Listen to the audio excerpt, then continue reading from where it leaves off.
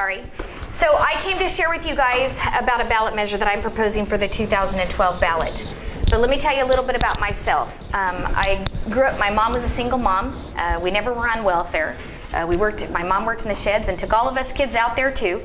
And we all worked. And I did never graduate from high school. I joined the United States military and I served overseas at Headquarters Company 5th Corps in Frankfurt, Germany. I came home, I worked really hard, I got a work ethic from my mom, and I started my own business down a dirt road off of Fruitvale Avenue. And I now operate in 4 cities in California and 1 in Greeley, Colorado. I had the opportunity to run for an elected office. Being in the state assembly is my first office that I've ever been elected to. And I won by 68%, and I found myself in a building where we govern the laws that govern people, or we legislate laws that govern people. And most of the people that produce those laws or engage in that lawmaking process have never had real-world experiences by being outside of the scope of government employment. A lot of them have been in government employment for a long period of time. There's very few of them that have ever signed the front of a check, organized a team, or did anything in the real world other than be working in government. So I thought I would go up there and share my experiences. This is when you pass a law like this is how it negatively impacts our state. When you pass laws like this takes rights away from parents who can't take care of their own children because you're continually interfering. When you pass laws like this, you interfere in our daily lives. That's not, protective of our Constitution. So just, things that I thought I could share with them because they've never been in the experiences that us in this room have shared. They don't care. It didn't take me very long to find out they don't care. They're driven by unions and environmentalists, and it just goes, and gay, lesbian, transgender, bisexual, it just goes, there's 3 agendas that they have, and that's it. We legislated this year sippy cups, baby sippy cups, shark fins, bed sheets, ridiculous things. You can no longer sell, possess, or trade a shark fin in the state of California.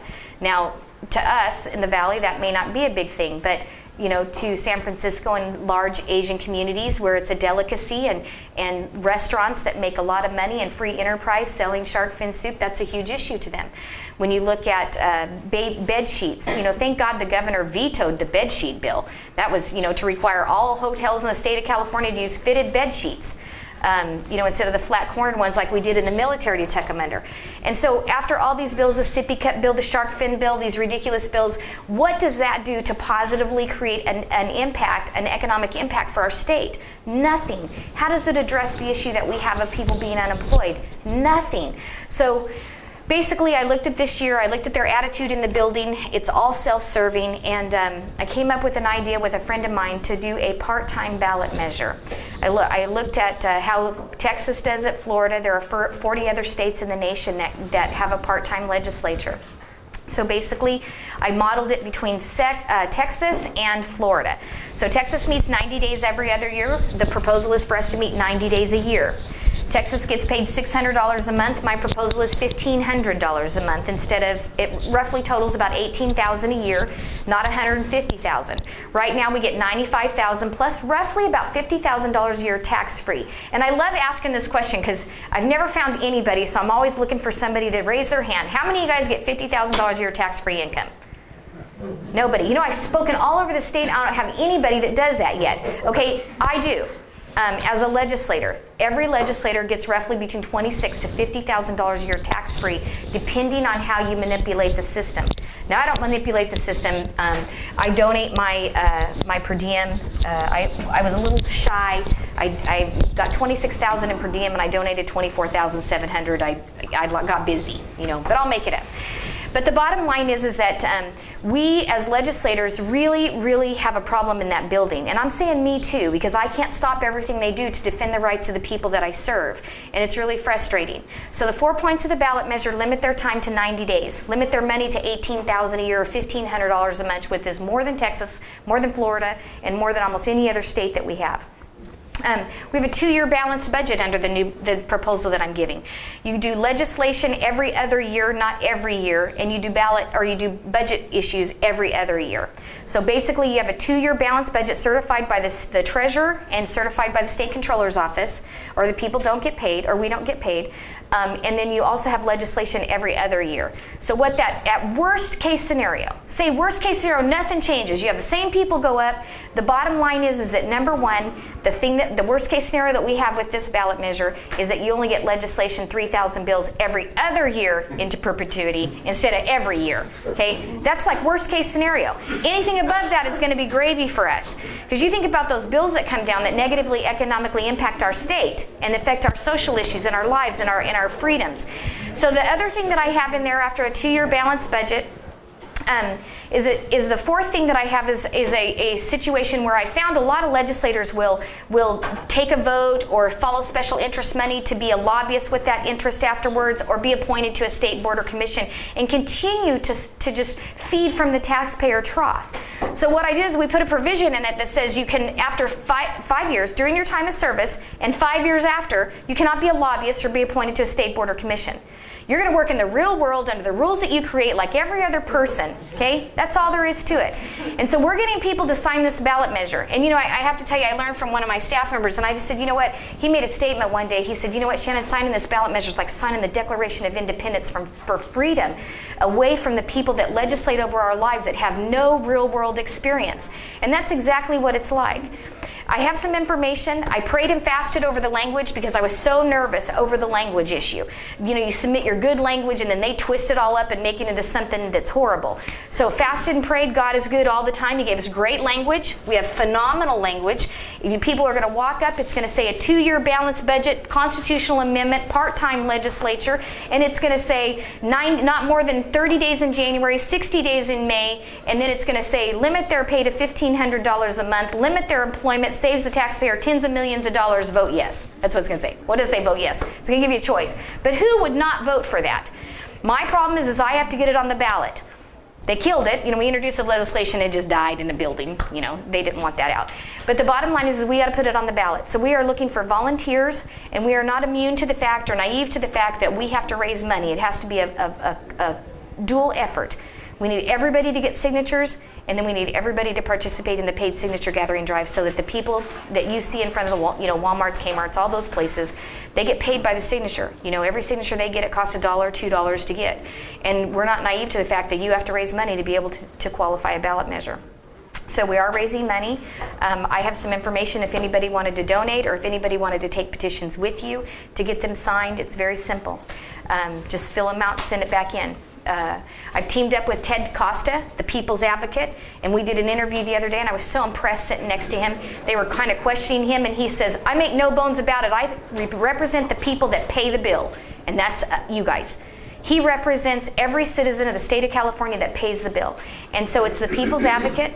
You know, he has qualified the Governor Davis recall. He's qualified Prop 13. He's qualified several ballot initiatives that are very, very good for our state.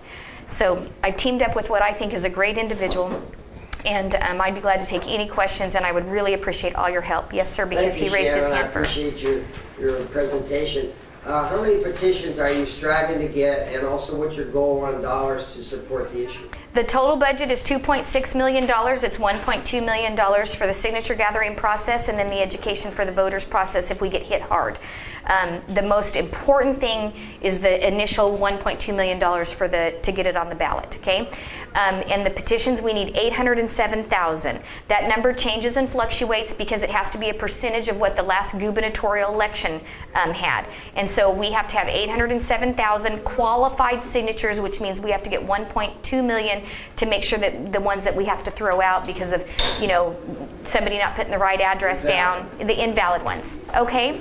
So that's where we're at. And we've raised about a little over $350,000. So that's in just a couple of weeks. Yes, sir. Yes, sir. You're next. I apologize, Tom. I was noticing on your literature here. Yes, sir. That in 2011 they passed 3,000 bills. Yes. The governor signed 800. Yes. Which means 2/3 of their time they were passing bills that were so ridiculous that Jerry Brown would not sign them. Yes. I think that's a pretty good selling point. It is. I appreciate that comment, and I learned from wherever I go, so I'll use that on my next thing. And the thing is, the Governor Brown one time made a statement that, yeah, I know this bill's useless, but, you know, it'll give somebody an opportunity to have their name on a bill. So he's even signing useless bills.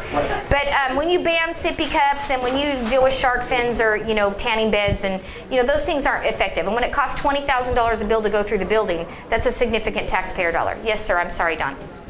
3 questions. Yes, sir. Real quick. Yes, sir. How many people organizations do you have endorsing this so far? Does the Republican Party of California considering this? And the third, what, oh, I've already forgotten. Go ahead. Okay, so endorsements so far, we've been doing this for just a few weeks, so we're doing our ground game. Right now, there are I don't have a lot of organizations. I have Tea Party help. I have some Republican women organization help. I did not specifically take it to the Republican Party. Let me tell you why. I know why. No, let me tell you why. Because when I talk to people and I do radio shows, I'm a Democrat and they're destroying my life too. So I am getting a cross-party, it's a people's thing. It's not a Republican thing. It is a people. It's by the people, for the people, of the people. It is a people's initiative and it is for the people. It's not just for Republicans. I'm a conservative, hardcore conservative Republican. But this is for the people of the state of California. Okay, folks, Yes, sir, sorry. yeah, that's okay. We need to move on. But Is this a 501(c)(3)? What? No. This? No, it is No. not. It's a campaign committee. And checks, they can take company checks and Right. individual checks. okay, and there's let no me limits. let me explain one thing while Shannon's still standing here. As I Okay. mentioned earlier, Jeff Stone, Riverside County Supervisor, had put together a similar type of an initiative.